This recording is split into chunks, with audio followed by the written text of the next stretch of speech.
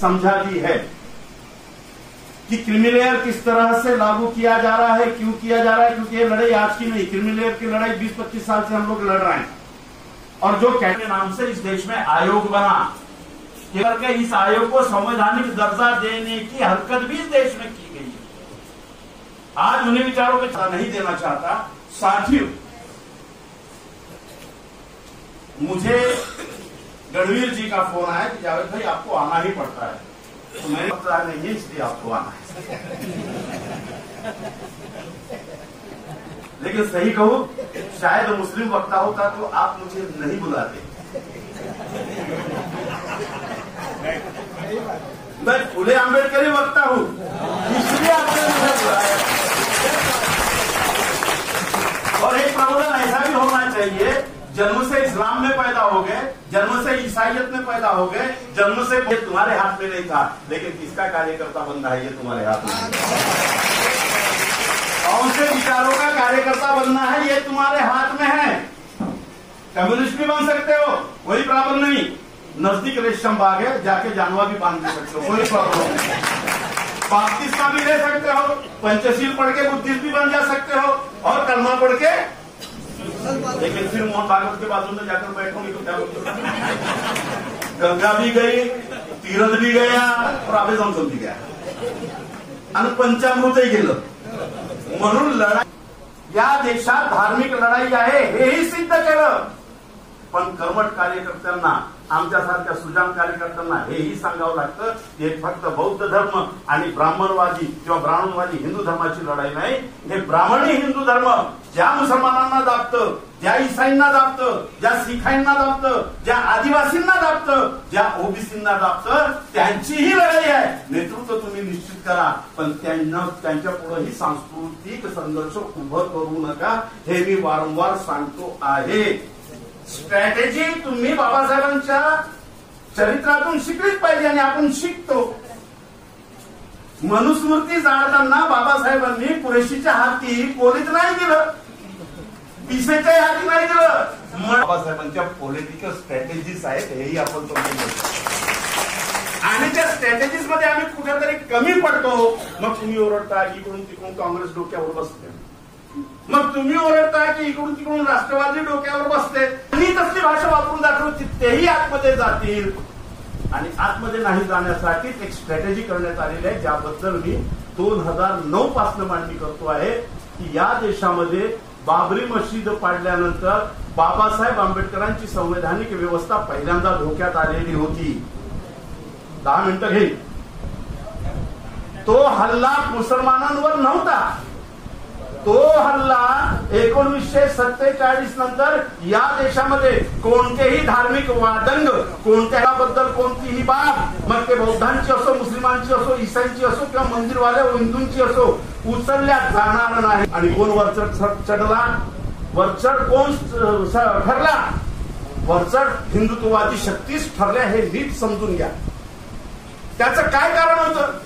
कारण याचा धोका मुसलमानांना समकक्षेप्रमाणे कसा आहे, याचा धोका आदिवासींना कसं आहे, याचा धोका बौद्धांना तर आहे, पण इतर मागासवर्गीयांना कसं आहे हे इतर लोकांनी समजून घेतलं नाही, ही कमी आहे। मुसलमानांनी तर समजून घेतलंच नाही। सांगा, बौद्धांची प्रॉपर्टी ही कुणाची प्रॉपर्टी, विहारांची प्रॉपर्टी ही कुणाची प्रॉपर्टी, मुसलमानांच्या मशिदी कब्रस्तान ही कुणाची प्रॉपर्टी।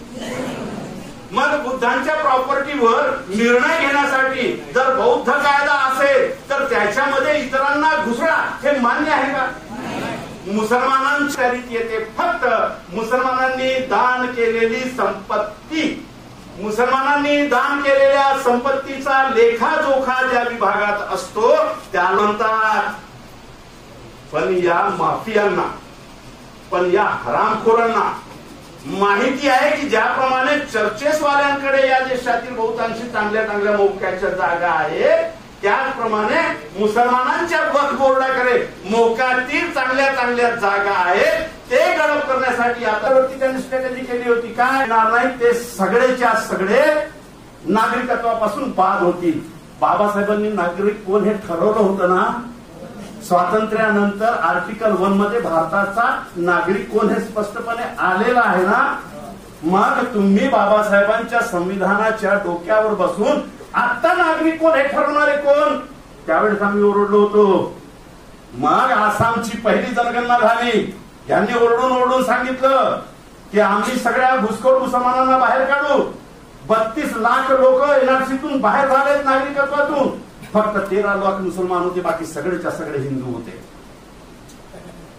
13 लाखापैकी पुन्हा कोर्टानं रिफिशरी केलं आणि फक्त 9 लाख आसामचे मुसलमान हे एनआरसीच्या कायद्यानुसार नागरिकत्वातून बाहेर झाले.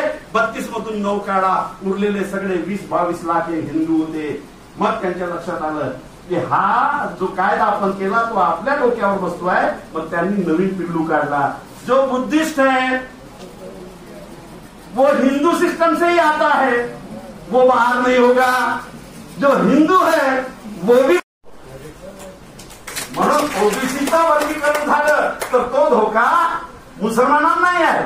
एससी एमपी विजेमध्ये वर्गीकरण केलं तर त्याचा काय काय धोका होणार आहे हे भंडारे साहेबांनी सांगितलं. आणि मुळात कोर्टाला असले निर्णय घेण्याची शक्तीच दिल्या गेलेली नाही. सैनी याच्या केसमध्ये, साहनी याच्या केसमध्ये कोर्टानं दिलेलं ते एक सजेशन आहे. पण व्यवस्था एवढी खतरनाक आहे की त्या सजेशनला सुद्धा, त्या मार्गदर्शनाला सुद्धा कायदा म्हणून इम्प्लिमेंट करून टाकलं. तो झाल्याबरोबर तत्कालीन प्रधानमंत्री काँग्रेसचेच होते. तत्कालीन प्रधानमंत्र्यांनी सगळ्या राज्याच्या मुख्यमंत्र्यांना पत्र पाठवलं की या पिटिशन मध्ये रिझल्ट देत असताना सुप्रीम कोर्टानं असं म्हटलंय की 50% वरती आरक्षण नको. सुप्रीम कोर्टानं सजेशन दिलेलं होतं की आम्हाला असं वाटतं की 50% वरती असायला नको. अशा त्या निर्णयामध्ये आलेलं ते वाक्य आहे. हा कायदाच नाही या भारतामध्ये. परंतु काय स्टॅब्लिश झालं? कायदा असल्याचा, पण याला पुणे नाही मानलं, तामिळनाडूने नाही मानलं, कर्नाटकनं नाही मानलं, बंगालनं नाही मानलं, बिहारनं नाही मानलं. म्हणून त्यांनी शेड्यूल 9 मध्ये टाकून कर्नाटकमध्ये 69% आरक्षण आहे, तामिळनाडूमध्ये 72% आरक्षण आहे ना. तिथं आरक्षण, त्या आरक्षणाला हटवता येत नाही. कारण शेड्यूल 9 मध्ये टाकल्यानंतर कोणत्याही कोर्टाला त्या कायद्यामध्ये हस्तक्षेप करता येत नाही. कुठे वापरतात हे शेड्यूल 9? भंडारीजींच्या वक्तव्याचं जाहीर समर्थन करतो आम्ही. ही वेळ आहे राजकीय लोकांना ठिकाणावर आणण्याची. संसदेमध्ये हे बदललं गेलं पाहिजे. नाही तर विधानसभेमध्ये हे हाकलून विधानसभेमध्ये हे लागूच होणार नाही. राज्याला केंद्राच्या सगळ्याच अटी शर्ती मानलं पाहिजे असं बंधन नाही. केंद्राची जाचक अटी असलेला कोणताही कायदा राज्य विधानसभा स्पष्टपणे नाकारू शकतो. म्हणून ममता जेव्हा सत्तेवर होती, आताही आहे, तेव्हा तिनं स्पष्ट केंद्राला सांगितलं होतं की माझ्या परवानगीशिवाय तुम्ही आयबी, सीआयडी, सीबीआय, रॉ कोणताही अधिकारी माझ्या राज्यात घालू शकणार नाही अशी धमकी दिल्याबरोबर केंद्रानं नवीन कायदा पारित केला. तेव्हा हे यायचे होते, तेव्हा 400च्या जवळपास होते. मागच्या रेझिम मध्ये काय कायदा पारित केला मोदी सरकारनं? कोणत्याही राज्याची मान्यता न घेता डायरेक्ट कारवाईचे अधिकार केंद्रानं स्वतःकडे करून घेतले. तो अमेंडमेंट पारित केला. आता बघा संघर्ष कसा आहे. राणेचा पोरगा तिथं सोडलाय असं आहे का? नाही. हैदराबाद मध्ये एक सोडलाय, कर्नाटकमध्ये एक सोडलाय, पश्चिम बंगालमध्ये एक सोडलाय, हरियाणामध्ये एक सोडलाय, पंजाबमध्ये एक सोडलाय. यांना संपूर्ण सुरक्षा देण्यात आलेली आहे. राणे सुपुत्रांना संपूर्ण सुरक्षा फडणवीसकडनं मिळत आहे. आणि म्हणतायत की तुम्ही किती खालच्या लेवलला जाऊन बोला, आरक्षणावर बोलायचं नाही, नोकऱ्यांवरती बोलायचं नाही, शेतकऱ्यांवरती बोलायचं नाही, स्वास्थ्यावरती बोलायचं नाही, बेरोजगारी रोजगारवरती बोलायचं नाही. फक्त बोलायचं हिंदूंनो जागे व्हा, तुमचा एकमात्र शत्रू मुसलमान आहे, मुसलमान आहे, मुसलमान आहे. ते भंडाऱ्याला लागू शकत नाही. पण भंडारेला गप बसवण्याची किती सुंदर फेरी आहे की जावेद पाशा हाच हिंदूंचा शत्रू आहे म्हणून वारंवार सांगायचं. भंडारे फक्त उर्वेला एवढंच म्हटलं की जय भीम, तर मागून एक आवाज देतो, आता पंचशील म्हणून बौद्ध धम्म घेऊन टाका ना. मी त्याला बोलून पाहिलं आणि एवढंच म्हटलं, बाबारे मी हजला जाऊन आलो 2015 मध्ये, पैगंबरांच्या पवित्र जन्मस्थळी जाऊन आलो. मी दारू पेत नाही सध्या, सध्यामध्ये पुढे चालू करेल असं सांगत नाही. जेवढं वाचवता येईल तेवढं स्वतःला वाचवतो. ठीक आहे. पण माझ्यासोबत आलेले अकोल्याची एक पूर्ण फॅमिली होती.